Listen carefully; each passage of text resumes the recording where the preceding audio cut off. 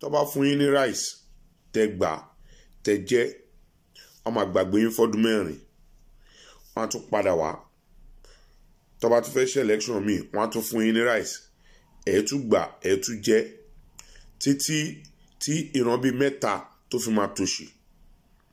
Ẹ lọ wo gbogbo Èkó yẹn bàbá 75 years old ó ní ọmọ 40 years old ọmọ ẹ̀ 40 years old ìyẹn ní ọmọ 15 years old inú ilé kan náà lọ́yìn gbé. Bàbá 75 yẹn ló ń fún ọmọ 40 lówó oúnjẹ ọmọ 40 náà a máa wá bóyá máa fún ọmọ 15 years old ní owó oúnjẹ. Irú àwọn ọmọ yẹn wọ́n máa gbébọn ìmí àmà ṣàṣẹ́wó. Ìran mẹ́ta nìyẹn tó ti render useless lẹ́kọ̀ọ́. Wọ́n á wá dé wọ́n á wá gbé ráìsì 5 kg àbí 10 kg wọ́n á gbé fún yín ẹ̀ wá dìbò fún wọn. Gbogbo ọmọ Èkó tó bá gba ráìsì tí wọ́n ń pè ní Tinubu support group yìí ó máa run yín nù ni. Gbogbo ọmọ Èkó tó bá gba ráìsì ní ọwọ́ Bọ́lá láti fi dìbò fún wọn tí Bọ́lá Tinubu bá fún yín ní ráìsì tẹ́ bá gbà tẹ́jọ́ ọmọ Èkó ó máa run yín nù ni. Kí ni agenda Bọ́lá Tinubu fún yín? Gbogbo nǹkan tí ó lè ṣọmọ Èkó láǹfààní ní Bọ́lá Tinubu ti gbà tán. Kò sọmọ Èkó kankan tí wọ́n ń fún ní iṣẹ́ mọ́. Kò sọmọ Èkó kankan tó di position mú.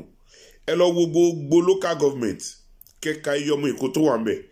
Ẹ wo state kí lórúkọ ẹ̀ secretariat kẹ́ wo iye ọmọ Èkó tó wà ńbẹ̀. Kò sí ọmọ Èkó kankan tí ó ń dé higher position mọ́ ní Èkó.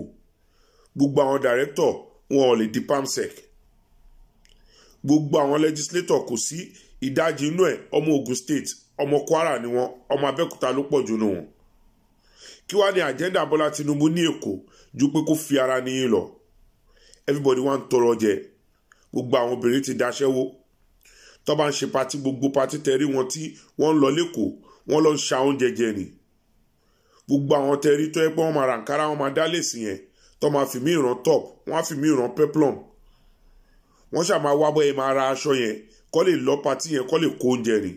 Wọ́n á máa wá kó oúnjẹ sínú nylon ẹ máa gbé lọ́lé fáwọn ọmọ yín. Gbogbo ẹ̀ la máa ń rí tí kámẹ́rà máa ń mú mi inú yín. Ẹ máa lọ pati ẹ máa ra Ankara obìnrin máa pín 4 yards mọ́ra wọn lọ́wọ́. Kò ṣe pé bí a tó pé life wọn wà pa tó pé bí ń pa wọn nìkan lè lọ pati. Wọ́n á máa wá da oúnjẹ sínú nylon wọ́n á máa kó lọ́lé ní Lagos State. Ní Lagos State gbogbo obìnrin tẹ́ bá rí àtọkùnrin ní pati wọ́n lọ ń ṣàlẹ̀ jẹ ni. Kò síṣẹ́ kò sí kankan fọ́mọ Èkó mọ́. Wọ́n ní káwọn èèyàn máa tajà lẹ́gbẹ̀ẹ́ títì wọ́n ti wó shop wọn ò dẹ̀ create alternative fún wọn. Ṣáwọn shop tẹ́ wó báwo ni wọn ò ṣe ní lọ tajà lẹ́gbẹ̀ẹ́ títì? Wọ́n ń sun gbogbo ọjà. Ìyálọ́jà ń lówó lójoojúmọ́ wọ́n ń kó owó lọ fún Ṣadé every Tuesday. Àwọn ọmọ Bọ́lá Tinubu ń ṣoríire. Àwọn òbí títí wá ń ṣàlẹ̀ jẹ. Ọmọ ẹ̀ ṣe yìí òun ló wà ń di advert wọ́n ní wọn ò lè ṣe advertisement kankan ní any other company ju ọ̀dọ̀ ṣe yìí lọ. Gbogbo àwọn ọmọ tí ẹ ń ṣoríire Ṣadé Ìyálọ́jà yẹn ń lówó lójoojúmọ́ ó ń pa mílíọ̀nù lójoojúmọ́. Ó wá lóhun ta confluence rè òun ta kinní ní church rè. Ṣé ẹ wá mú kó qualify ni? Ó ti confam ó ní Ìbàdàn níyà òun Ìrágbèjì ni bàbá òun ọ̀nà ó ló fi tán lẹ́kọ̀ọ́ tó yẹ pé gbogbo ọjà Èkó ló wá ń wo gbogbo ọjà ló ń gbà.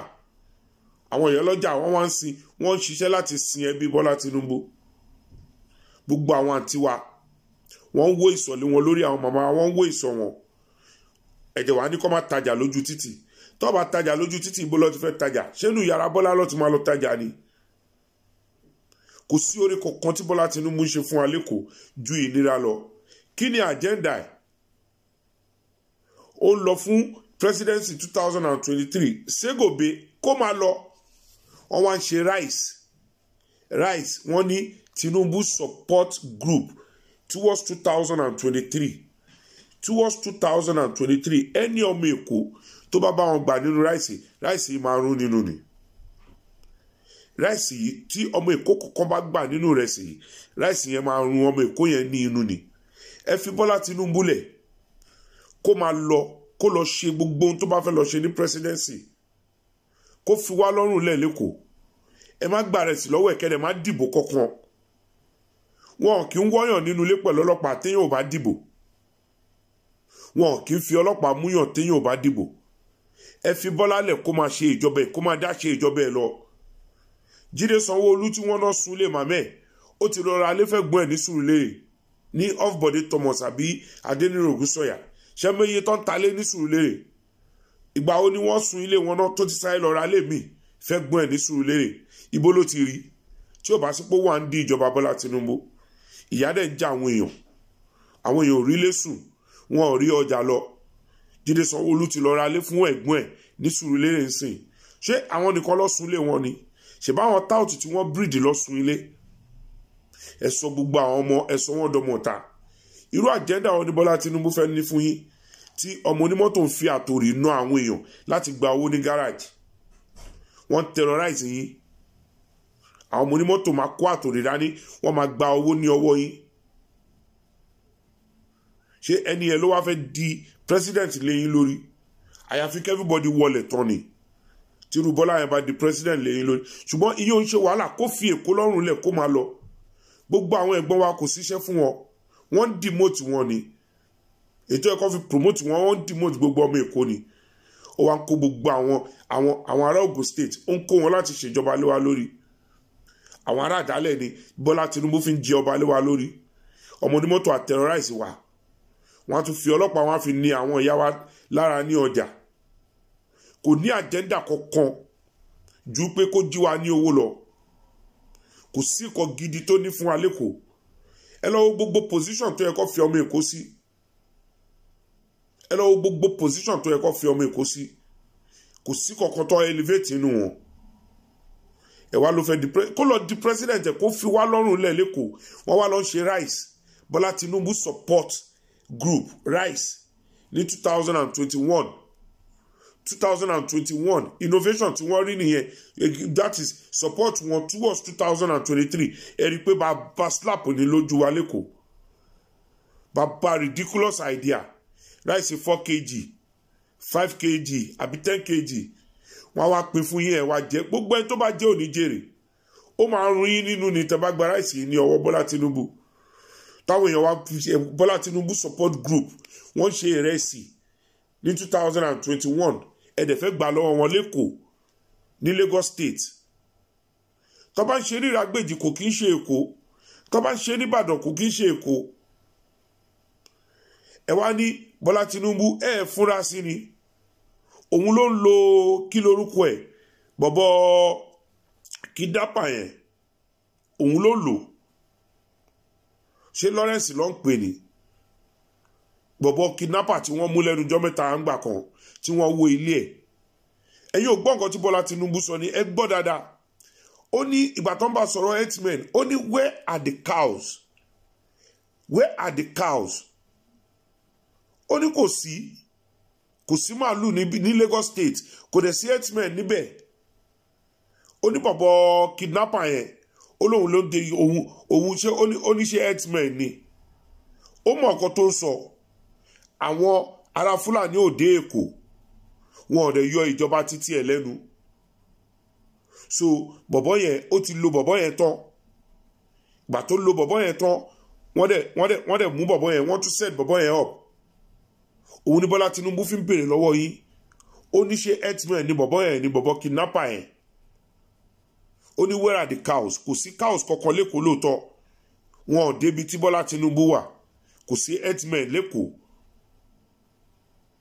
Ìgbà tó lo bọ̀bọ̀ kidnapper yẹn tán, tó ti lo bọ̀bọ̀ yẹn tán, wọ́n wá set bọ̀bọ̀ yẹn up. Ẹ̀yin ò rí pé kíá ní Lagos State wó ilé bọ̀bọ̀ yẹn ni, so kò ní lè sọ̀rọ̀. Fear tí wọ́n fi sí ní ọkàn nìyẹn pé wọ́n á kọ́kọ́ wó ilé ẹ̀, wọ́n á destroy everything, so kò ní lè kà. Ẹ lọ́wọ́ gbogbo àwọn judge tí wọ́n lò against bọ̀bọ̀ yẹn, àwọn judge Bọ́lá Tinubu ni. Ó dẹ̀ sọ, ẹ gbọ́ fídíò yẹn dáadáa, ó ní where are the cows? Which means pé òun ò sí fún Yorùbá, Lagos State lòun wà fún, tí wọ́n bá ti disturb business òun. Ó ní where are the cows? Kò dẹ̀ sí cows kankan lẹ́kọ̀ọ́, kò sí herdsmen lẹ́kọ̀ọ́. Àwọn ọmọ onímọ́tò ló ń terrorize wa lẹ́kọ̀ọ́. Ṣé gbogbo àwọn ọmọ kóòtù yẹn ṣe herdsmen ni wọ́n ni? Ẹ jẹ́ ká bára wa sọ tọ̀rọ̀ náà. Ṣé Fúlàní ni àwọn ọmọ oníkóòtù ni? Ṣé Fúlàní làwọn ọmọ onímọ́tò ni?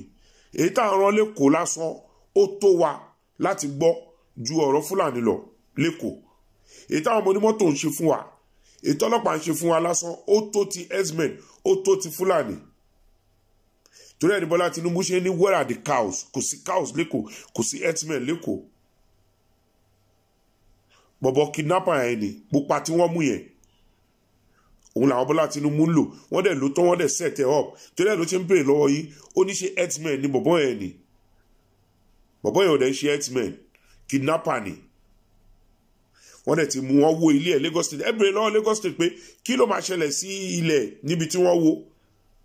Bọ́lá Tinubu ló ń terrorize wa lẹ́kọ̀ọ́, kò sí cow, kò sí Fúlàní lẹ́kọ̀ọ́. Bọ́lá Tinubu ló ń terrorize wa, torí ẹ̀ ló ṣe ní where are the cows, kò sí cows lẹ́kọ̀ọ́. ọmọ onímọ́tò ló wà, ọlọ́pàá ló fi ń terrorize wa. tẹ́ bá gba ráìsì yẹn ní ọwọ́ ẹ̀, ráìsì tí wọ́n pè ní Bọ́lá Tinubu group yẹn ó máa run yín nù ní gbogbo ẹ̀yàn ará Èkó, tó yẹ pé everywhere ti dàrú, kò síbi tó ń function, kò sí kọ̀ọ̀ tó ń function. kẹ́ má dìbò rárá ní ọ̀tẹ̀ yìí, wọn kì í múyàn sí i.